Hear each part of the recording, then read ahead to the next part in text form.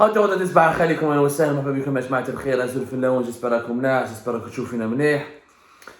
Et ben nous avons maintenant la preuve que la cherté de la vie, la poussée inflationniste, la hausse incontrôlable des prix qui caractérise ce Ramadan 2023 était prévisible et attendue, et que le gouvernement algérien savait que les citoyens, les Algériens et les Algériens allaient subir un tsunami inédit de l'inflation dans leur pays. C'est-à-dire qu'il y avait des données, il y avait des chiffres qui démontraient que ce Ramadan 2023 sera parmi les plus chers et les plus compliqués. Les épisodes de l'oignon, dont les prix ont dépassé les 300 dinars, la banane, dont les prix ont dépassé les 700-750 dinars, les viandes, les fruits et les légumes en général, les produits de large consommation en général, toutes ces augmentations étaient prévisibles. Je dis bien étaient prévisibles. Et le gouvernement algérien actuel, à la Nouvelle Algérie, version M. Tebboune, avec son premier ministre Ayman Ben Abdelrahman, n'ont rien pu faire pour ralentir la cherté de la vie. N'ont rien pu faire. Ils avaient les études, ils avaient les diagnostics. Ça a atteint les augmentations des prix ont dépassé les limites de l'entendement. Elles ont dépassé par rapport à d'autres pays, y compris occidentaux, y compris des pays frontaliers de l'Ukraine, qui sont directement exposés aux conséquences du conflit en Ukraine, qui oppose la Russie à l'Occident. Il n'y a pas eu des augmentations de prix aussi élevées par rapport à l'Algérie. L'Algérie se distingue par des augmentations de certains produits de large consommation, notamment des produits agricoles et des produits alimentaires, par des hausses des prix historiques, hallucinantes. Et le gouvernement algérien avait tout le temps nécessaire pour essayer d'endiguer cette hausse des prix, de la ralentir, de la bloquer.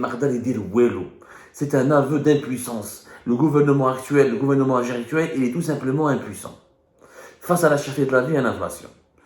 Les chiffres. À l'époque, on peut lire en Algérie, si je vais m'appuyer encore une fois là-dessus, c'est un document que nous avons utilisé à maintes reprises dans les émissions, les podcasts et les articles d'Algérie partent. C'est une source officielle, c'est l'Office national des statistiques, qui est un organisme gouvernemental qui relève du ministère des statistiques et de la prospective, qui relevait auparavant du ministère des Finances. L'Office national des statistiques, un office gouvernemental, une institution gouvernementale algérienne qui fait la collecte des données socio-économiques qui retracent l'évolution démographique et socio-économique du pays. Chaque mois, l'ONS a ce qu'on appelle l'IPC. L'IPC, c'est l'indice des prix à la consommation. L'indice des prix à la consommation. Tous les pays du monde structurés, qui ont des instituts de statistiques, qui font dans la collecte des statistiques, qui ont des organismes gouvernementaux privés spécialisés dans les statistiques économiques et sociales, on dresse ce qu'on appelle des IPC. Indice des prix à la consommation, c'est quoi ? C'est une étude qui prend un échantillon. En Algérie, on a un échantillon de 260 produits, des produits de large consommation, les vêtements, les loyers, les produits agricoles, la nourriture, jusqu'au loisir, 260 articles que les ménages et les familles, que les ménages consomment régulièrement, pour ne pas dire quotidiennement, et on essaie de comprendre l'évolution des prix, et on détermine et on évalue l'évolution des prix de ces articles chaque mois, pour comprendre le rythme de l'inflation et pour savoir est-ce que la vie elle est chère ou pas chère, ou est-ce que l'inflation explose ou elle n'explose pas en Algérie. Beaucoup de pays ont des indices des prix à la consommation et souvent les appellations changent, mais les méthodologies de statistiques, c'est les mêmes. Prendre un échantillon, un panier de produits de large consommation et étudier l'évolution de leurs prix pour ensuite mesurer l'inflation dans le pays. Le dernier IPC, le dernier indice des prix à la consommation de l'ONS, au mois de février 2023. C'est-à-dire à la veille du mois de Ramadan qui a commencé à la fin du mois de mars 2023. Déjà, le mois de février 2023, les augmentations, le rythme des augmentations des prix en Algérie avait été effréné. Il était tout simplement effréné et irrationnel. Et déjà, sur la base de ces données-là, le gouvernement algérien aurait pu entrevoir des mesures pour ralentir cette hausse des prix, pour la bloquer et pour permettre aux ménages algériens de passer plus ou moins un ramadan agréable. Plus ou moins un ramadan sécurisé, mais un goulouche agréable, parce que le mot agréable n'a pas de sens en Algérie. Avec des hausses des prix qui m'aident, normalement on parle au moins d'un ramadan plus ou moins agréable. C'est-à-dire supportable plutôt, mais c'est agréable, supportable. Je ne suis même pas sécurisé, je ne suis même pas agréable, supportable. Rien n'a été fait. Et pourtant, en février 2023, par rapport à février 2022, les produits, l'ensemble, la moyenne de l'augmentation des prix des biens alimentaires était de plus de 15% en Algérie. De 15%. Supérieur à pas mal de pays européens. La moyenne européenne, la moyenne européenne, elle était entre 10, 14, 15, 13. À l'exception des pays de l'Europe occidentale, elle est plus élevée dans les pays de l'Europe de l'Est. 15% en Algérie, alors que l'Algérie n'est pas partie prenante du conflit ukrainien, et que l'Algérie elle a de vastes terres agricoles, qu'elle est le plus vaste pays d'Afrique, et qu'elle aurait pu, je ne comprends pas pourquoi elle n'a pas fait, anticiper les crises alimentaires mondiales depuis le début de la pandémie de la Covid-19 et essayer de faire un stock de produits alimentaires et de produits agricoles pour gérer un petit peu l'inflation. Ou anticiper ou limiter les dégâts de l'inflation. On va les causes plus tard. D'abord les faits, les chiffres. Qui n'a que les produits agricoles, il y a les fruits et les légumes. En une année, entre février 2022 et février 2023, elles ont atteint, leur prix ont atteint, ils ont eu un rythme d'augmentation de plus de 25%. 25,5%, c'est une moyenne. Il y a en une année, de février 2022 à février 2023, en février 2023, à la veille du Ramadan 2023, les produits agricoles, qui mettent les fruits et les légumes, le rythme de leur augmentation des prix a dépassé les 25,5%. La viande, par exemple, la viande et les moutons, la viande, par exemple, et les abats, c'est 45,2% d'augmentation des prix entre février 2022 et février 2023. Ce ne sont pas mes chiffres, ce ne sont pas les chiffres de Abdou Sammar, les Algériens partent, ce sont les chiffres de l'ONS, l'Office national des statistiques, une institution et un organisme gouvernemental rattaché directement au gouvernement algérien à travers un ministère, celui des statistiques et de la prospérité, comment il s'appelle en Algérie? Des ministères avec le ministère des statistiques.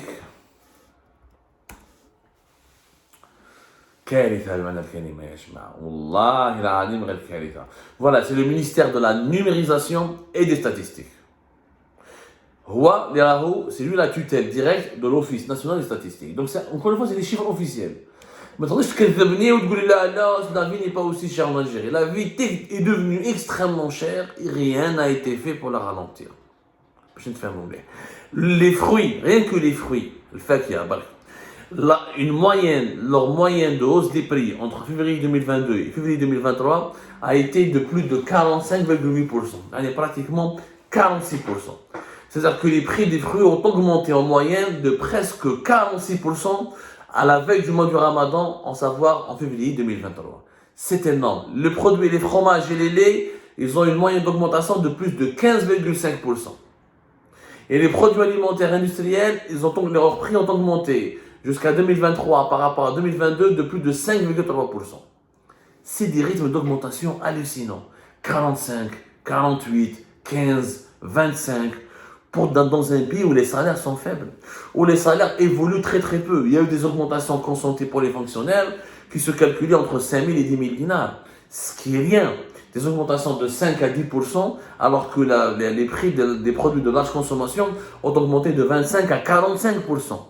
Cela signifie que le salarié algérien ne pouvait plus se permettre de se nourrir. La nourriture est devenue un luxe. Le salarié algérien ne peut plus se permettre quoi que ce soit avec son salaire qui est très faible. Et le salaire moyen en Algérie est entre 40 000 et 45 000 dinars. Entre 40 000 et 45 000 dinars, avec des augmentations pareilles.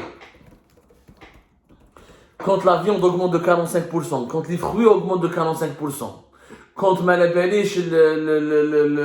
les produits laitiers augmentent de plus de 15%,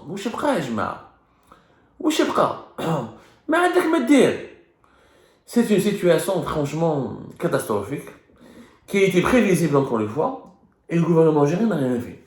On cherche les détails. Allons voir ensemble certains produits dont les prix ont le plus augmenté. Regardons des prix. Regardons un échantillon donc de produits ou de choufou. Encore une fois, je m'appuie sur l'IPC de l'ONS, l'indice des prix à la consommation de l'Office national des statistiques, une source plus qu'officielle. La viande de mouton a augmenté en une année, à la veille du mois du Ramadan, février 2023, de plus de 47,12%. La viande de mouton. La viande hachée, 27%. Le poulet, 29,5%, presque 30%. Les œufs ont augmenté de 24%, presque 25%. Le beefsteak, le bœuf, 35%, presque 36%. La sardine, ça va stable. Le poisson, le rythme d'augmentation des poissons a toujours été entre 4 et 5%. Mais à part le merlan, etc., dont les prix ont augmenté de plus de 17% en février 2023 par rapport à février 2022. L'oignon et les prix de l'oignon ont augmenté de 99%. Il y a 100% d'augmentation pour les prix de l'oignon entre février 2022 et février 2023. Donc, il était prévisible qu'au mois de Ramadan, le prix de l'oignon allait exploser. Alors, puisqu'au mois de février, déjà, les prix de l'oignon ont subi une augmentation de presque 100% par rapport à février 2022. Toutes ces statistiques auraient pu permettre au gouvernement algérien de mettre en place des mécanismes pour ralentir la cherté de la vie. Et on va parler de ces mécanismes tout à l'heure. Parce qu'on apporte le problème et on essaie aussi de proposer des solutions. La salade laitue, elle a augmenté de plus de 25%. La tomate a augmenté de plus de 26%. Le citron a augmenté de plus de 44%. L'orange a augmenté de plus de 66%. La clémentine a augmenté de plus de 44%. La mandarine a augmenté de plus de 71%. Etc. La figue sèche, les figues sèches ont augmenté de plus de 45%. Il y a la moyenne des produits alimentaires les plus consommés en Algérie, leur moyenne d'augmentation des prix entre 2023, entre février 2022 et février 2023, à la veille du Ramadan, était justement de 45 à 50%. C'est énorme dans un pays où le salaire moyen, il est de même pas 250 euros. Le salaire moyen, c'est l'équivalent entre 250 et 300, même pas 244 euros à peu près. Dans un pays très cher. Moyenne de salaire 244 euros, alors que la moyenne de l'augmentation des prix, elle est similaire, exactement similaire et semblable à celle aux tendances de l'inflation en Europe, alors que les salaires moyens en Europe sont de 2000, entre 1500 et 2000 euros. Comment on peut vivre en Algérie? Comment on peut vivre dignement en Algérie? La réponse elle est simple, c'est impossible de vivre dignement en Algérie. C'est devenu impossible de vivre dignement en Algérie avec des augmentations pareilles et incontrôlables et effrénées, ce n'est pas possible. Est-ce qu'il y avait des solutions? Oui, il y avait des solutions. Lesquelles? Le plafonnement des prix. On aurait pu tester plafonner, on aurait pu prendre un panier, on aurait pu faire Kimadero dans les pays européens, plafonnement des prix de l'inflation, dans beaucoup de pays, non, en France, le plafonnement des prix, on prend un certain nombre de produits agricoles, des fruits et des légumes essentiels pour la santé humaine, pour la consommation traditionnelle algérienne, certains types de viande, et on aurait pu plafonner leur prix. Plafonner leur prix, c'est-à-dire on demande aux commerçants de ne pas dépasser ce prix. Par exemple, on aurait pu s'entendre avec le secteur du commerce pour que l'augmentation des prix ne dépasse pas 4-5% pendant le Ramadan. Le reste, le coût, il est pris en charge par l'État. Les commerçants n'ont qu'à présenter des factures auprès de la direction des impôts, ou là auprès de la direction des trésors publics, ou là la direction des commerces. Voilà, cette viande nous coûte tant, ces fruits et ce légume nous coûtent tant, mais l'État a plafonné ses prix, il y a une liste de prix plafonnés, au moins pendant le mois du Ramadan, ce qui est le mois où on enregistre les plus importants pics de consommation. Là, la différence entre le prix du revient et le prix de la vente pourrait être remboursé par l'État, ou avec des crédits d'impôt. On va demander aux commerçants de payer beaucoup moins d'impôts que d'habitude, ou avec un remboursement direct de la part de la direction des impôts ou de la direction de commerce. On subventionne c'est une subvention directe de certains produits de légumes, puisque nous sommes en période de crise. On bloque les prix. En France, d'Eroha, ils ont bloqué le prix de l'énergie. Ils ont bloqué le prix les supermarchés, par exemple, des paniers anti-inflation. Il y a des produits où les grandes surfaces commerciales ont reçu comme instruction de ne pas augmenter leur prix pour que ces produits restent accessibles aux plus larges consommateurs. Des solutions existent. Elles existent. Il ne faut pas inventer le fil à couper le beurre. C'est tout simplement, C'est une solution qui existe. On ne peut pas plafonner tous les prix, sinon l'économie serait incontrôlable et ça va coûter des centaines de milliards. Mais on aurait pu plafonner les prix de première nécessité. Par exemple, les produits laitiers, certains types de viande, et certains légumes et certains fruits qui sont essentiels pour la consommation ou la fabrication de certains repas populaires et traditionnels du Ramadan. Pas plus. L'oignon, on aurait pu plafonner son prix. On aurait pu plafonner le prix de la salade, le prix bon, la pomme de terre, elle a chuté. De certains fruits, certains légumes, on prend un panier, on connaît la consommation, on connaît que le rythme de la consommation traditionnelle des Algériens et des Algériens, on sait quels sont leurs besoins, on connaît un petit peu quels sont les fruits et les légumes les plus consommés, et tu fais un panier anti-inflation. Bien sûr, cette stratégie a été proposée dans plusieurs pays. Il y a des économistes qui disent qu'elle marche, il y a d'autres économistes qui disent que non, elle ne marche pas. Mais en tout cas, c'est possible. C'est possible. Il est possible d'agir face à l'inflation en plafonnant certains prix des produits de large consommation.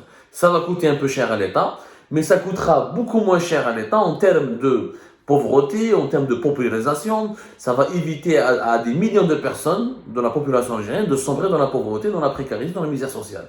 La misère sociale, la précarité génère les fléaux sociaux, la délinquance, le vol, les agressions, etc.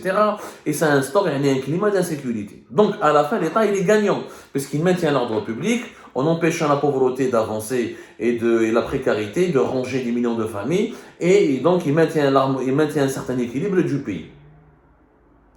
Ça aurait été possible.